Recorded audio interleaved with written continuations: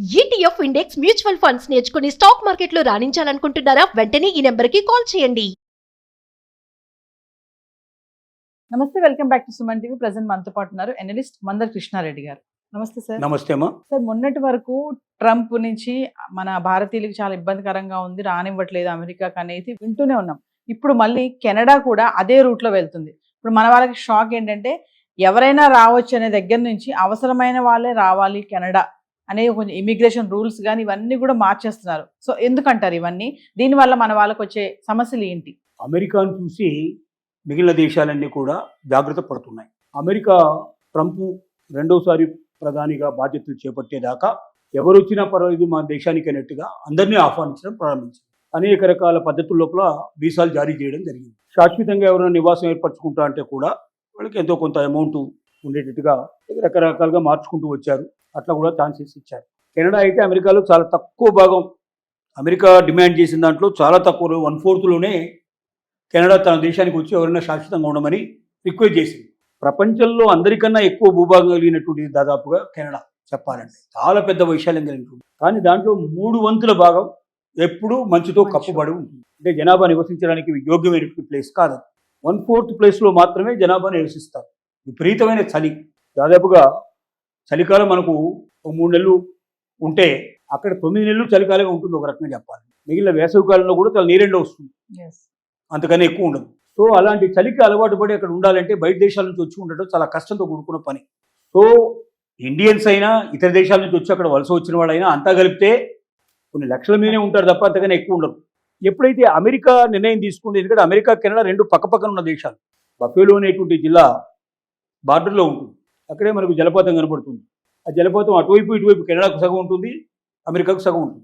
సాధారణంగా ఇట్లాంటి ఒక బ్రిడ్జ్ ఉంటుంది, ఈ బఫేలో నుంచి అవతలికి కెనడా దేశానికి వేసి ఉంటుంది. ఓ ఫర్లాంగ్ డిస్టెన్స్ ఉంటుంది. ఎవరైనా అక్కడ నుంచి ఇటు నడుచుకుంటూ వెళ్ళొచ్చు. అసలు అమెరికను ఇప్పుడు ఈ గొడవలన్నీ జరగకముందు ఎవరు అసలు చెక్ చేసేవాడు కూడా ఉండేవాడు కాదు. నేను స్వయంగా బఫేలో లోపల నేను వీసా తీసుకొని ఆ బ్రిడ్జ్ మీద నడుచుకుంటూ అవతలికి వెళ్ళాను. నన్ను ఎవరు అడగను కూడా అడగలేదు, నీ దగ్గర ఏముంది, వీసా ఏముంది, నువ్వు ఎక్కడి నుంచి వచ్చావు కూడా ఎవరు నన్ను అడగలే. సో అంత సులభంగా ఉండేటువంటి పద్ధతి. సో రెండు దేశాలు అమెరికాలో ఇన్ని నిర్ణయాలు తీసుకున్నప్పుడు మనం కూడా ఏమైనా నిర్ణయం తీసుకోకపోతే బాగుండదనే ఉద్దేశంతో నిర్ణయం తీసుకోవడం తప్ప గొప్పగా అక్కడ ఏం జరగలేదు. రెండోది, భారతీయులకు సంబంధించినటువంటి అంత ముందున్నటువంటి ప్రధానమంత్రి సిక్కులు, అక్కడ ఎవరైతే ఎక్స్ట్రీమిస్ట్గా ఉన్నట్టు కొంతమంది సిక్కులు, వాళ్ళ మధ్య గొడవలు జరిగి అక్కడ ఏదో మర్డర్ జరిగితే దాని ద్వారా భారతదేశాన్ని బ్లేమ్ చేసే ప్రయత్నం జరిగింది. ఇవన్నీ ఒకవైపు ఎత్తైతే వీలైనంత వరకు అమెరికాను చూసి కొంత వాళ్ళు కూడా జాగ్రత్త పడదామనే ఉద్దేశంతో చేసుకుంది ఏంటంటే, గతంలో ఎంతమంది వస్తే అంత మంచిది. ఎందుకంటే వాళ్ళ దగ్గర ఉన్న జనాభే 4 కోట్లు 5 కోట్ల కన్నా ఎక్కువ లేని జనాభా. కాబట్టి బయట నుంచి ఎంత ఎక్కువ మంది వస్తే అంత మంచిదనే ఉద్దేశంతో అందరికీ ఓపెన్ వెల్కమ్గా ఉండేది. కానీ ఇప్పుడు ఏం చేస్తున్నారంటే, మనకు అవసరమైన వాళ్ళు వస్తే మంచిది తప్ప అవసరం లేని వాళ్ళు ఎందుకు, రేపు పొద్దున వీలైనంత వరకు మన దేశానికి ఏదైనా భద్రత కూడా ముప్పు చేసే ప్రయత్నం ఉంటుంది కదా అనేటువంటి దృక్పథంతో వీలైనంత వరకు వాళ్ళని కంట్రోల్ చేయాలనే ప్రయత్నంలో ఉన్నారు. ఆ కంట్రోల్లో భాగంగా 18,000 మందిని సుమారుగా బయటికి పంపించేశారు. వాళ్ళలో ఒక 2,800 మంది సుమారుగా భారతీయులు ఉన్నారు. మెక్సికో నుంచి వచ్చిన వాళ్ళు ఇంకా కొంచెం ఎక్కువ ఉంటారు, వాళ్ళని కూడా పంపించేశారు. మిగిలిన ఇతర దేశాల నుంచి వచ్చిన వాళ్ళు ఉన్నారు. అంటే అక్కడికి వెళ్ళిపోయి సెటిల్ అయిపోతారు కదా సార్, మరి వాళ్ళ పరిస్థితి ఏంటి? వాళ్ళకు కూడా ఇబ్బందేనా? సెటిల్ అంటే ఇక్కడ పర్మనెంట్గా అక్కడ ఎవరైతే సిటిజన్షిప్ తీసుకున్నారో వాళ్ళని పంపించలే. ఎవరైతే తాత్కాలికంగా అక్కడ ఉద్యోగాలు చేసుకోవడానికి వారి కోసం పోయినటువంటి వాళ్ళు ఉన్నారో వాళ్ళని మాత్రమే పంపించేశారు. రెండోది, ఇంకా 29,000 మందిని మొత్తం గుర్తించారు. వాళ్ళని కూడా తొందరలోనే పంపించేట్టు ఏర్పాటు చేద్దామని ప్రయత్నంలో ఉన్నారు. వాళ్ళు 8,000 దాకా దాదాపుగా భారతీయులు ఉన్నారు. మిగిలినటువంటి వాళ్ళంతా కూడా రకరకాల ప్రాంతాల నుంచి వచ్చిన వాళ్ళు ఉన్నారు. ఇది అక్కడ ఉన్నటువంటి పరిస్థితి. కెనడాలో ముఖ్యంగా 3 ఏరియాస్ లోపల వాళ్ళకి ఎక్కువగా సిబ్బంది కొరత ఉంది. అంటే కెనడాలో ఉన్నటువంటి వాళ్ళు ఎవరు దానికి సూటబుల్ పర్సన్స్ లేరు అక్కడ. ముఖ్యంగా వైద్య రంగం, గ్రామీణ వైద్యం లోపల ఎవరు కూడా అక్కడికి వెళ్ళడానికి సిద్ధంగా లేరు. కాబట్టి గ్రామీణ వైద్యంలో పనిచేయడానికి సిద్ధపడేటువంటి వాళ్ళు ఎవరు వచ్చినా కూడా వాళ్ళు వెల్కమ్ చేయడానికి సిద్ధంగా ఉన్నారు.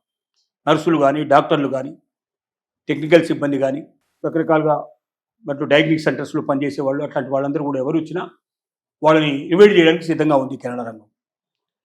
రెండోది, సివిల్ ఏవియేషన్. అక్కడ ఉన్నటువంటి విమానాలు నడపడం లోపల విమానానికి సంబంధించిన టెక్నికల్ సిబ్బంది, అలాంటి వాళ్ళందరూ కూడా వాళ్ళకి చాలా ఎక్కువగా అవసరం ఉన్నటువంటి పరిస్థితి. అలాగే ఇంకా కొన్ని రంగాల్లో వాళ్ళకి అక్కడ కొరత ఉంది. ఆ కొరత ఉన్నటువంటి వాళ్ళని మాత్రమే మనం తీసుకుందాం. ముఖ్యంగా మేధావులైనటువంటి వాళ్ళు, ఎస్. చాలా హై క్వాలిఫైడ్గా ఉండేటువంటి పర్సన్స్ కావాల్సి ఉంది. వాళ్ళని మాత్రమే మనం తీసుకుందాం. మనం ఎవరిని పడితే వాళ్ళని రానివ్వకూడదు, రిస్ట్రిక్ట్ చేద్దామనే ఉద్దేశంతో వీసా నిబంధనలు కూడా మార్పు తీసుకొచ్చింది. దాంట్లో కూడా కొద్దిగా మాత్రమే తప్పు చేసిన వాళ్ళు ఎవరైనా ఉంటే మామూలుగా వాళ్ళ దగ్గర ఉండే పద్ధతి ప్రకారంగా వాళ్ళు 30 రోజుల లోపల బయటికి పంపించే ఏర్పాటు చేస్తారు. మళ్ళీ 5 ఏళ్ల తర్వాత వాళ్ళు కావాలంటే అప్లై చేసుకొని మళ్ళీ వెనక్కి రావడానికి అవకాశం ఉంటుంది. అలాగే మీడియంగా ఉండేటువంటి వాళ్ళు ఎవరైతే ఉన్నారో అలాంటి వాళ్ళు ఒకసారి వాళ్ళని బయటికి పంపించిన తర్వాత కనీసం 10 ఏళ్ల దాకా వాళ్ళు వెనక్కి తిరిగి రావడానికి అవకాశం ఉండదు. కొంతమంది బాగా తీవ్రంగా ఎవరైతే నేరాలు చేస్తారో అలాంటి వాళ్ళని ఒకసారి బయటికి పంపిస్తే శాశ్వతంగా వాళ్ళని కెనడాలోకి రానివ్వకుండా ఉండే పరిస్థితులు ఉంటాయి. ఏది ఏమైనప్పటికీ కెనడా తీసుకున్న ఈ నిర్ణయం ఏంటంటే అమెరికా ప్రభావంలో తీసుకున్న నిర్ణయం తప్ప అంతకన్నా వేరే ఏం లేదు. కెనడాకు వెళ్తామనుకున్న వాళ్ళ సంఖ్య కూడా తక్కువగా ఉంటుంది. ఎందుకంటే ఆ చలిని భరించి అక్కడ ఉండేటువంటి వాళ్ళు చాలా తక్కువ మంది ఉంటారు. రెండోది, అమెరికాలో ఉన్నన్ని అవకాశాలు అక్కడ ఉండవు, చాలా పరిమితమైన అవకాశాలు ఉంటాయి. ఇక అమెరికా ఛాన్స్ లేక కెనడాలో ఉండి అమెరికాకు ఎప్పుడో ఒకసారి ఛాన్స్ దొరికినప్పుడు వెళ్ళిపోదాంలే అనే ఉద్దేశంతో పక్కపక్కనే కాబట్టి దేశాల లోపల కెనడాలో ఉంటూ అమెరికాలో ఛాన్సెస్ కోసం ప్రయత్నం చేసేవాళ్ళు కొందరు ఉంటారు. ఇప్పుడు కొద్దిగా కెనడా స్ట్రిక్ట్ చేసింది కాబట్టి వాళ్ళ సంఖ్య కూడా తగ్గే అవకాశాలు ఉంటాయి. ఏది ఏమైనప్పటికీ కెనడా తీసుకునే నిర్ణయం ఒక కెనడానే కాదు, ఇటు యూరోపియన్ కంట్రీస్ కూడా ఇలాంటి నిర్ణయాలు తీసుకున్నాయి ఈ మధ్యకాలం లోపల. ఎవరిని పడితే వాళ్ళని రానివ్వకూడదు, కొంచెం వీసా నిబంధనల లోపల మనం కొద్దిగా స్ట్రిక్ట్గా ఉండాలి. అంటే ఏం లే, దేశంలో ఉన్న జాతీయ పౌరులు ఎవరైతే ఉన్నారో వాళ్ళు అమెరికా లోపల ఎట్లాగైతే ఇతర దేశస్తులు వచ్చి మమ్మల్ని డామినేట్ చేస్తున్నారు అని వీళ్ళని పంపించాలి అనే ఒత్తిడిని ప్రజల దగ్గర నుంచి వచ్చేదాకా మనం వెయిట్ చేయకుండానే ముందుగా మనం జాగ్రత్త పడదామనే ఉద్దేశంతో ఉన్నారు. గతంలో అయితే ఎంతమంది వస్తే అంతమందిని ఇన్వైట్ చేసేవాళ్ళు, బయట నుంచి ఎంత ఎక్కువ మంది వస్తే అంత మనకు మ్యాన్ పవర్ దొరుకుతుంది అనుకునేవాళ్ళు. రెండోది, డబ్బు కూడా మన దగ్గర ఎక్కువ జనరేట్ అవుతుందని భావించేవాళ్ళు. కానీ ప్రజల నుంచి రేపొద్దున ఒత్తిడి ఎక్కువ పెరిగితే ప్రభుత్వాలు పడిపోతాయనే భయంతో అమెరికాను ఆదర్శంగా తీసుకొని అన్ని ప్రభుత్వాలు మెల్లమెల్లగా దీన్ని అమలు చేసేందుకు ప్రయత్నం చేస్తుంది. పక్కనే ఉన్న కెనడా తొందరగా దానికి అట్రాక్ట్ అయ్యి నిర్ణయాలు తొందరగా తీసుకుందని చెప్పొచ్చు. అంటే అమెరికా నుంచే కాకుండా మన వాళ్ళకి ఇప్పుడు కెనడా నుంచి కూడా కొన్ని సమస్యలు ఎదురవుతున్నాయని అనుకోవచ్చు. కెనడాలో గొప్పగా లేరు జనాలు, కెనడా అంటే అమెరికాలో ఉన్న దాంట్లో కెనడాలో ఉన్న వాళ్ళు 10% కూడా ఉండరు నేను చెప్పాలంటే.